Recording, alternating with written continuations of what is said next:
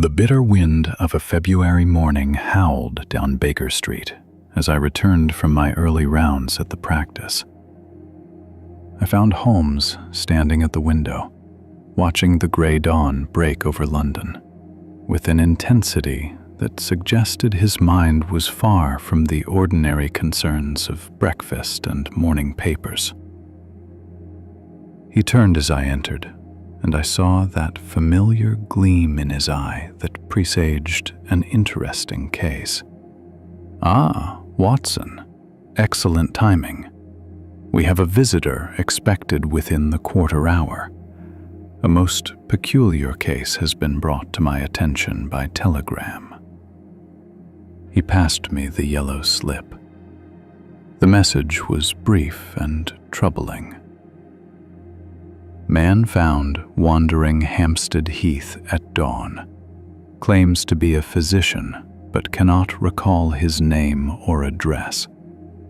Appears injured. Police request your assistance. Come at once to Heath Station. Inspector Bradstreet. I read it twice, my medical training immediately engaged. Amnesia following head trauma, most likely. Has he been taken to hospital? The telegram suggests the police station, which indicates some complication beyond simple medical care. We shall learn more shortly, but first, some breakfast. Mrs. Hudson has prepared an excellent kipper. Before I continue with this remarkable case, permit me to address those who find value in these chronicles. If these accounts of mystery and medical curiosity bring any measure of interest to your day, I would be grateful if you might support this work through a simple subscription, a like, or by sharing these stories with fellow enthusiasts of detection and the peculiar workings of the human mind. Such gestures ensure these tales continue to find their audience. With that courtesy observed, let us proceed to Hampstead and the doctor who had lost his name. Within the hour, we had taken a cab northward to the pleasant suburb of Hampstead. The police station near the Heath was a modest brick building where Inspector Bradstreet awaited us with evident relief. "Mr. Holmes, Dr. Watson, thank you for coming so promptly. We have a most unusual situation. The man we found is clearly educated, well-dressed, and shows every sign of being what he claims, a medical man. Yet he can tell us nothing of his identity." "Where is he now?" Holmes asked. "In our interview room. He has been examined by the local doctor, who found evidence of a blow to the head, though not severe enough to explain the complete memory loss." "That is what troubles me, Mr. Holmes. The injury seems insufficient to account for his condition." We were led to a small room where a man of perhaps 40 years sat with his head in his hands. He looked up as we entered, and I was struck by the intelligence in his eyes, despite his obvious distress. He was well built, with dark hair graying at the temples, and wore a good quality suit that showed signs of rough treatment, mud on the knees and elbows, a torn sleeve. "Gentlemen," he said, his voice cultured and steady despite his predicament, "I am told you may be able to help me. I know I am a physician. I can recall my medical training, procedures, treatments. But I cannot remember my name, where I live, or anything of my personal history. It is as though that part of my mind has been entirely erased. Holmes settled into a chair and studied the man with keen attention. Tell me what you do remember. Start from your earliest recollection this morning. The man closed his eyes, concentrating. I remember walking. It was dark, just before dawn. I was on the heath near the ponds. My head ached terribly. I put my hand to it and found blood. I sat down on a bench, trying to understand where I was and why. People began to appear. Early morning walkers. A gentleman approached and asked if I needed help. I told him I was a doctor, but couldn't remember my name. He summoned a constable. Nothing I can grasp firmly enough to describe. Holmes rose and examined the man's head wound with practiced care. Watson, your medical opinion, if you please. I conducted a thorough examination. The wound was, indeed, superficial. A contusion above the right temple with minor bleeding, already clotted. The injury is recent, perhaps 6 to 8 hours old. But you are correct, Inspector. This alone would not typically cause such profound amnesia. There may be other factors at work. Holmes pulled me aside and spoke in a low voice. Observe his hands, Watson. What do you see? I looked carefully. The man's hands were well kept, the nails clean and trimmed. But there were marks, faint discolorations on the fingertips. Iodine stains, I said. Recent chemical work. He has indeed been practicing medicine, or perhaps conducting laboratory research. Note also the callus on his right index finger, consistent with extensive writing. And observe the fine scratches on the back of his left hand. Defensive wounds, I think, though slight. This man was in some kind of altercation. Holmes returned to questioning. Sir, do you recall the smell of any particular substance? Chemicals, perhaps, or medications? The man's brow furrowed. Yes, chloroform. I remember the smell of chloroform. Interesting. Watson, we have a man who is clearly a medical professional, who has been struck on the head and possibly drugged with chloroform. His memory of recent events is gone, yet his professional knowledge remains intact. What does that suggest to you? A selective amnesia, I said. Sometimes caused by psychological trauma rather than physical injury. Or perhaps the chloroform affected his memory formation during a critical period. Precisely. Inspector, I should like to examine the location where he was found, and I will need to make inquiries at local hospitals. But so far, nothing. Holmes turned back to the amnesiac doctor. Sir, I will discover your identity. But I must ask, do you feel you are in danger? Is there any sense of fear or urgency when you try to remember? The man hesitated. Yes. When I try to push past the fog in my mind, I feel dread, as though something terrible waits behind the veil. But I cannot say what it is.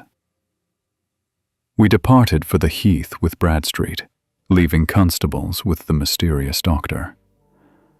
The morning had grown colder, and the grounds were largely deserted. Bradstreet led us to a bench near the Hampstead ponds. "He was found just here, sitting and bleeding. The gentleman who found him, a Mr. Cornelius, said he seemed dazed but coherent." Holmes examined the area with minute attention. He studied the bench, the ground around it, the nearby paths. Then he set off walking in an expanding spiral, his eyes fixed on the ground. Some 50 yards away, near a grove of trees, he stopped and called us over. "Observe. Signs of a struggle. The earth is disturbed here, and look, a button from a gentleman's coat." He picked it up carefully. It was a distinctive button, dark blue with an anchor design. "Naval motif," Bradstreet observed. Holmes pocketed it and continued his examination. He found traces of blood on the bark of a tree, and what appeared to be carriage tracks leading to a nearby path that connected to a road. A carriage was here recently. 2 men struggled. One was struck and fell. He was then moved, or moved himself, to the bench where he was found. The assailant departed in the carriage. "But why leave him alive?" I asked. "That, Watson, is the question that interests me most. Either the attacker believed him dead, or there was some reason not to kill him. Come, let us return to the station and make our inquiries." Back at Hampstead, Holmes sent telegrams to hospitals and medical. He questioned the man again, this time about his medical knowledge to establish his specialization. "Tell me about treating pneumonia," Holmes said casually. The man responded immediately with detailed and current protocols. "And surgical procedures?" Again, comprehensive knowledge. "What of toxicology?" At this question, the man's expression changed. His face went pale, and he gripped the table. "Poisons," he whispered. "I remember a discussion about poisons. Someone was asking about something untraceable, something that mimics natural death." Holmes leaned forward intently. "Who was asking? Can you remember anything about this person?" The man pressed his hands to his temples. "A man, wealthy, I think, anxious. He wanted to know if such a thing existed. I told him I could not help him with such a purpose. He became angry." "When was this conversation?" "I don't know. Recently. Perhaps yesterday?" The memory is there, but disconnected, like a page torn from a book. A telegram arrived, and Holmes read it with satisfaction. "Ah, progress. Dr. Marcus Whitmore, physician and toxicology researcher, resides in Bloomsbury. His housekeeper reported him missing this morning when he failed to appear for breakfast. He left his home yesterday evening, saying he had been called to consult on an urgent case." Holmes turned to the amnesiac. "Dr. Whitmore, I believe we have found your name. Does it resonate?"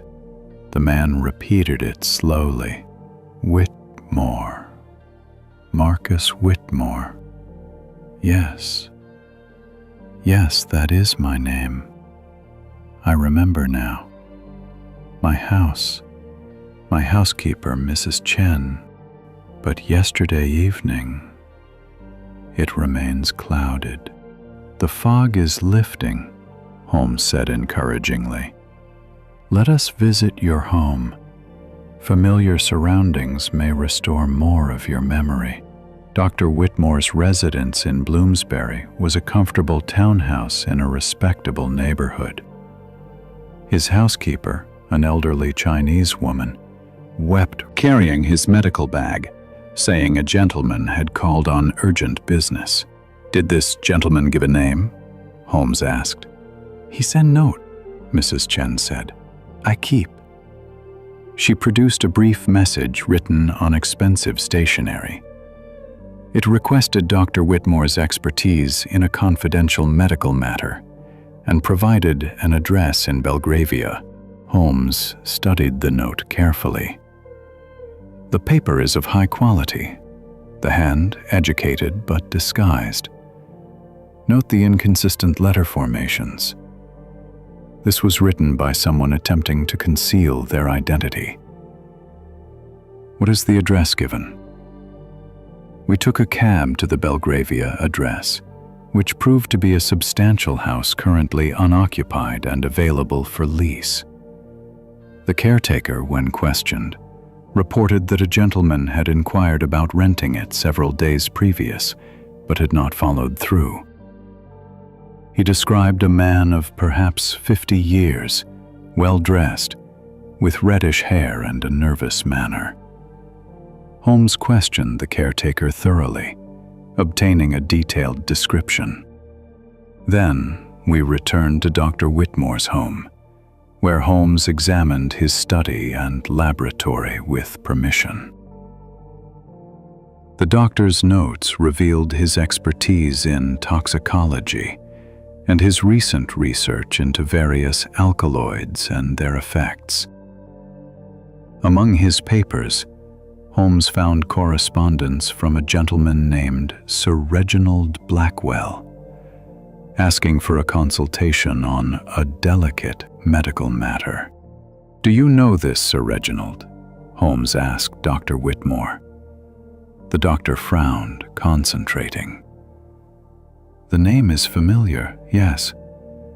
He wrote to me several weeks ago. He wanted to discuss.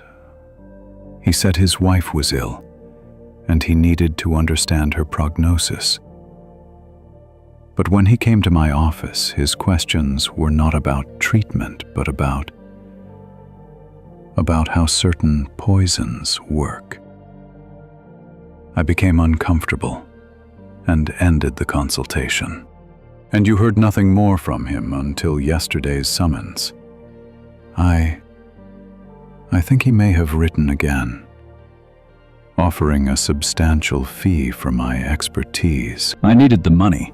My research is expensive, so I agreed to meet with him once more. Holmes was pacing now, his energy focused.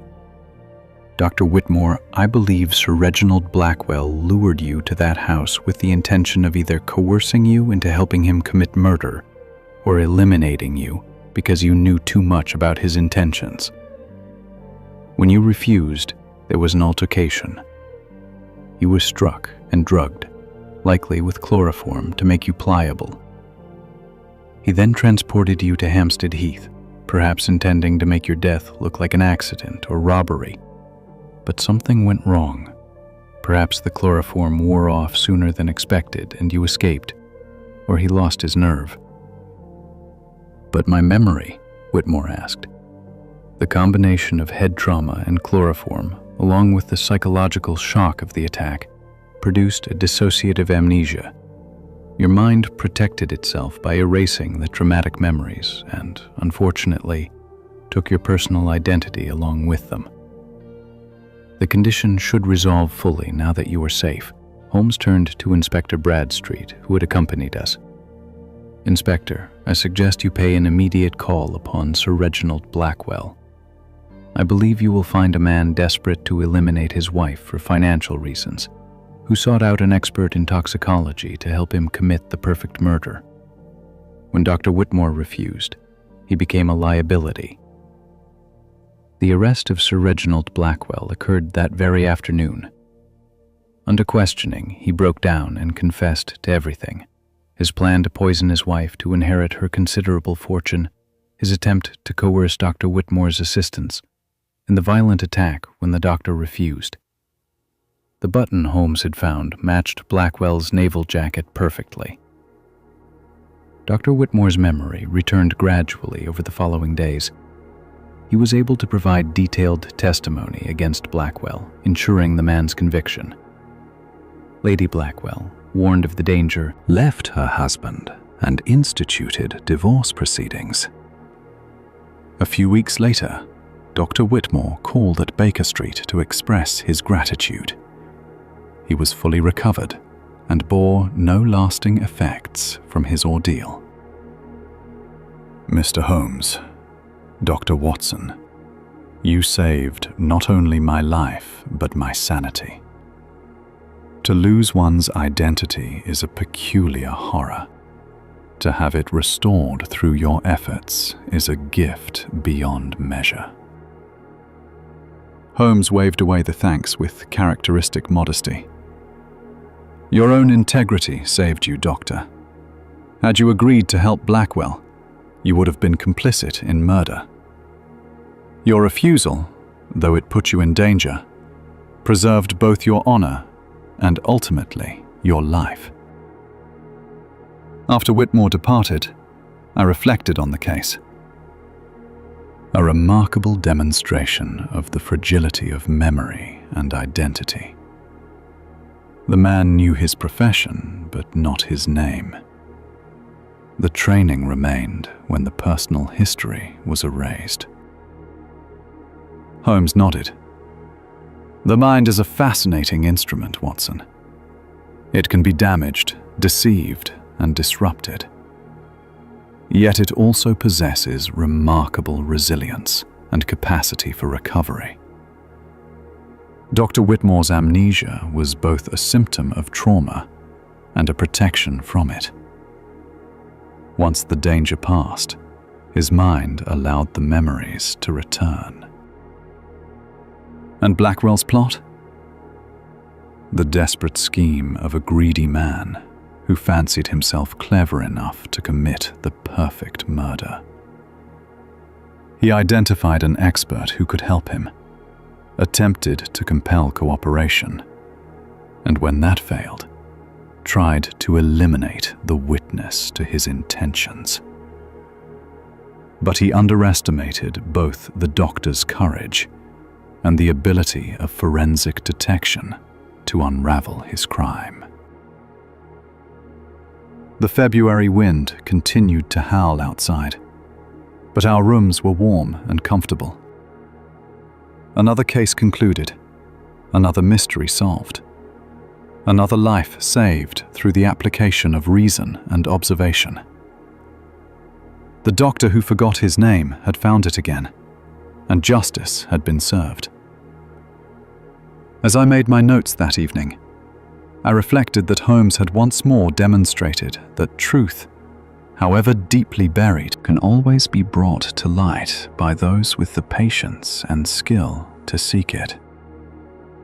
The case of Dr. Whitmore remained a topic of discussion between Holmes and myself for many days following its conclusion. The peculiar nature of the amnesia, combined with the sinister plot that had caused it, made for an instructive study in both psychology and criminal behavior. As we sat before the fire one evening about a week after Whitmore's visit, Holmes expounded on the various aspects of the case that he found particularly illuminating. The human memory is a more delicate instrument than most people realize, Watson.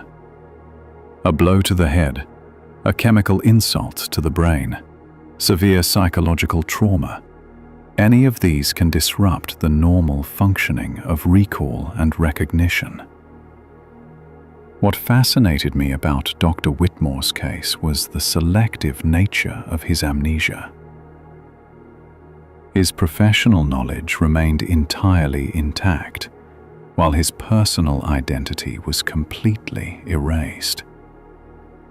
I nodded thoughtfully. In my medical studies, we learned that different types of memory are stored in different regions of the brain. Procedural memory, The knowledge of how to do things tends to be more resilient than episodic memory, which records personal experiences and identity.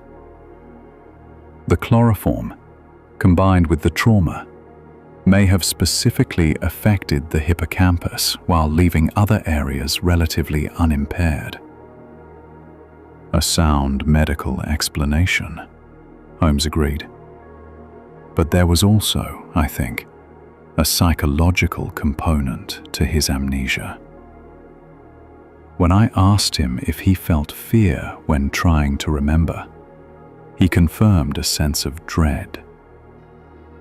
His mind was protecting him from memories too traumatic to confront immediately. The amnesia was not merely a physical consequence of the assault, but a defensive mechanism. You suspected foul play from the very beginning, didn't you? I asked. I suspected something beyond simple misfortune, Holmes replied. Consider the circumstances. A man of education and position is found wandering Hampstead Heath with a head wound and complete amnesia. Yet his injury was superficial, and his physical condition otherwise sound. The smell of chloroform, he recalled, suggested deliberate drugging.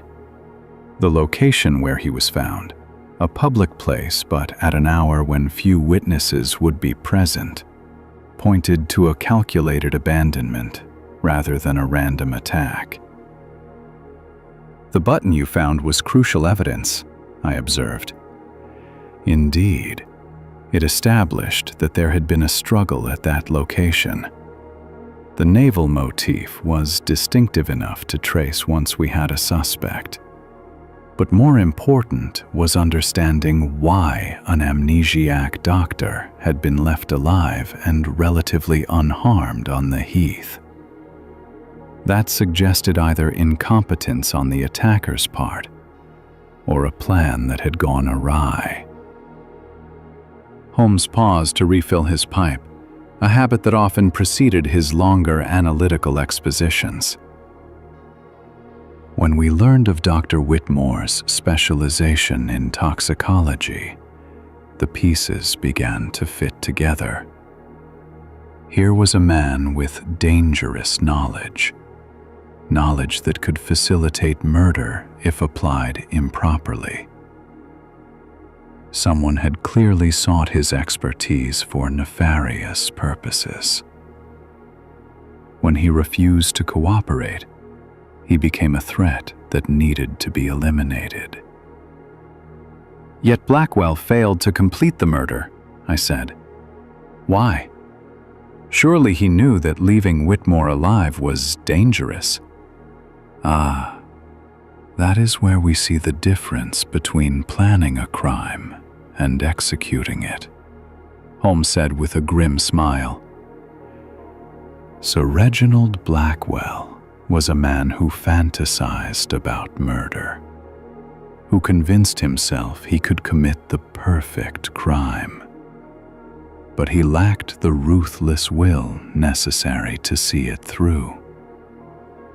Striking Whitmore in a moment of rage or panic was one thing. Coldly murdering an unconscious man and disposing of the body was quite another. So he drugged him with chloroform, hoping that would complete what the blow had started? Or perhaps hoping to make Whitmore pliable enough to be coerced. But chloroform is a difficult substance to administer properly. Too little, and the subject remains conscious or quickly recovers. Too much, and death may result. Blackwell likely lacked the medical knowledge to dose it correctly. When Whitmore began to revive during the carriage ride to Hampstead, Blackwell panicked and simply abandoned him, hoping the combination of injury, drugs, and cold would finish the job naturally. I shook my head at the callousness of it. And if Whitmore had died of exposure on the heath, it would have been written off as a tragic accident. A man who suffered a head injury, became confused, and wandered until he succumbed to the elements. Precisely. But Blackwell's nerve failed him at multiple points. He could not bring himself to ensure Whitmore's death directly, yet he left him in circumstances that should have been fatal. It was a half measure, and half measures rarely succeed in criminal enterprise. The fire crackled softly as we sat in contemplation. Outside, the February night was bitter, but within our rooms all was warmth and comfort. I found myself thinking of Dr. Whitmore and the terror he must have felt waking on that bench with no memory of who he was or how he had come to be there. "Holmes," I said, "when you first interviewed Whitmore at the police station, did you have any idea of his actual identity?" "Not specifically, but I had formed a profile. His hands told me he was a medical man and a researcher. His speech and bearing indicated good education and professional standing. The iodine stains suggested recent laboratory work. The defensive wounds on his hand indicated he had fought someone. All of this painted a picture of a physician or scientist who had been involved in some kind of confrontation." "And the toxicology connection?" "That emerged from careful questioning. When I asked about his medical knowledge, I noticed he became particularly animated when discussing poisons and their effects. His fragment of memory about someone asking about untraceable poisons was the key that unlocked the entire case. From there, it was a matter of finding a physician who specialized in toxicology and had recently gone missing. The telegram from Dr. Whitmore's housekeeper confirmed what I had deduced. The investigation moved very swiftly once we had his identity, I observed. Time was of the essence, Watson. If Blackwell realized that Whitmore was alive and recovering his memory, he might well attempt to finish what he had started. We needed to identify and apprehend him before he learned of his failure. The note that lured Whitmore to that empty house was crucial evidence, as was the caretaker's description of the man who had inquired about renting it. Did you suspect Sir Reginald specifically before finding his correspondence in Whitmore's papers? I suspected someone of means and position who had consulted Whitmore about poisons. The note was written on expensive stationery by an educated hand attempting disguise. The location chosen for the meeting, a substantial house in Belgravia, suggested someone who moved in wealthy circles. When we found Sir Reginald's correspondence asking about his wife's illness, followed by Whitmore's notes recording his discomfort with the man's actual questions, the identification was straightforward. Holmes rose and crossed to the window, looking out at the gaslit street below. What interests me most about this case, Watson, is how a man's professional ethics saved his life. Had Dr. Whitmore agreed to help Blackwell poison his wife, he would have become complicit in murder. Blackwell would have had no reason to eliminate him, as they would have been partners in crime, each holding the other's secret. But Whitmore refused, maintaining his moral principles, despite financial pressure. That refusal nearly cost him his life, but ultimately preserved it, as it gave us the key to understanding and solving the crime. "A lesson in the value of integrity," I said. "Indeed, though I suspect the lesson was not without cost. To be attacked, drugged, and left for dead by someone you had attempted to help must have been a profound shock.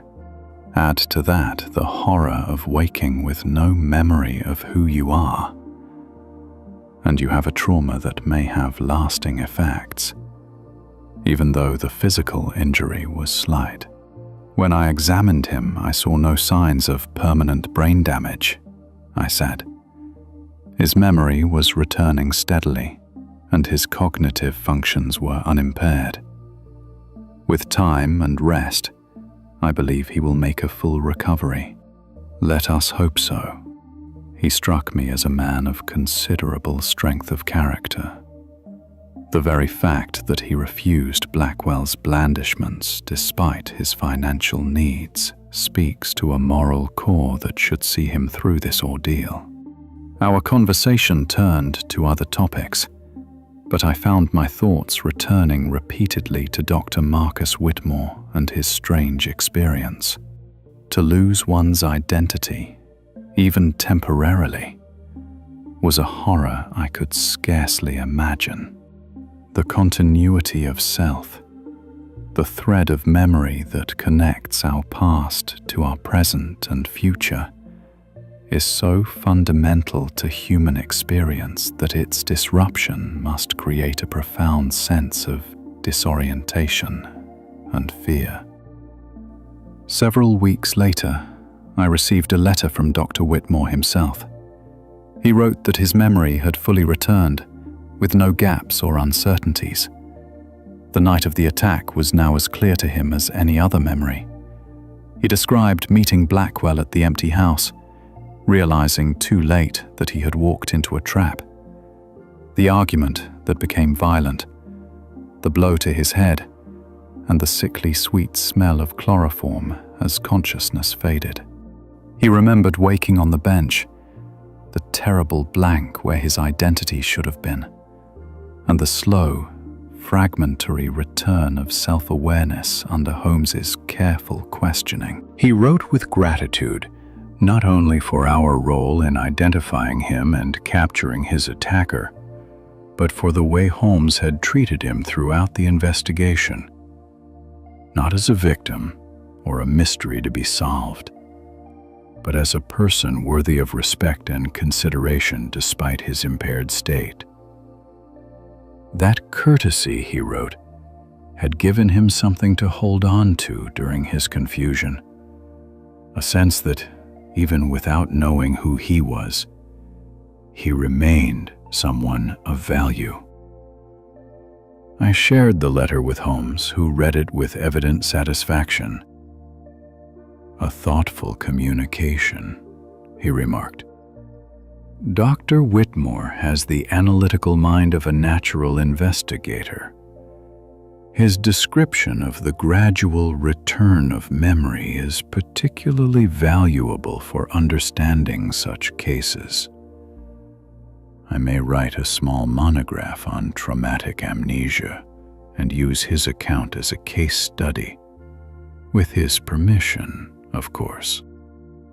"He would likely be honored," I said. "His experience, terrible as it was, may help others who suffer similar conditions. That would give meaning to his ordeal." "Precisely.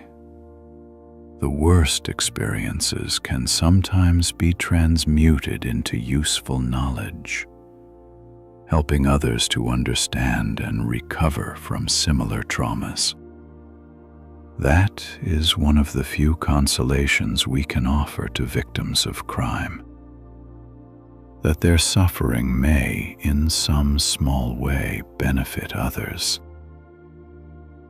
The case of the doctor who forgot his name thus concluded not merely with the arrest of a would-be murderer, but with the restoration of a good man's identity and peace of mind. Lady Blackwell, I learned through social channels, had indeed divorced her husband and reclaimed her inheritance, which he would otherwise have obtained through her murder.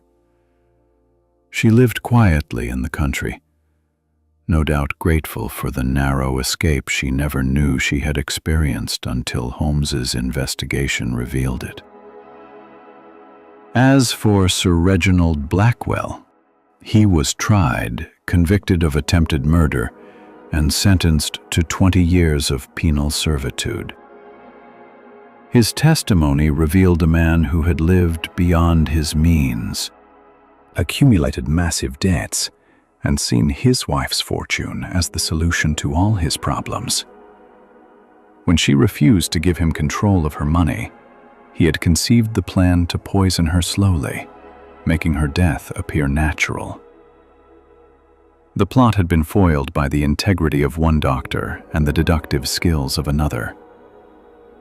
As I prepared my account of this case for possible publication, I reflected on its central themes: the fragility of memory and identity, the importance of professional ethics, and the way criminal schemes, however carefully planned, often founder on the human elements their architects cannot fully control. Blackwell had planned a murder, but lacked the resolve to execute it properly. He had tried to eliminate a witness but failed through squeamishness or incompetence. In the end, his own weaknesses undid him as surely as Holmes's investigation did. The doctor who forgot his name had found it again, and in doing so, had helped bring a dangerous man to justice. It was a case that reminded both Holmes and myself that the human mind, for all its vulnerabilities, possesses remarkable resilience and an impressive capacity for recovery when given the proper conditions. And it demonstrated once more that truth, however obscured by violence or drugs or trauma, can always be recovered by those with the patience, skill, and compassion to seek it.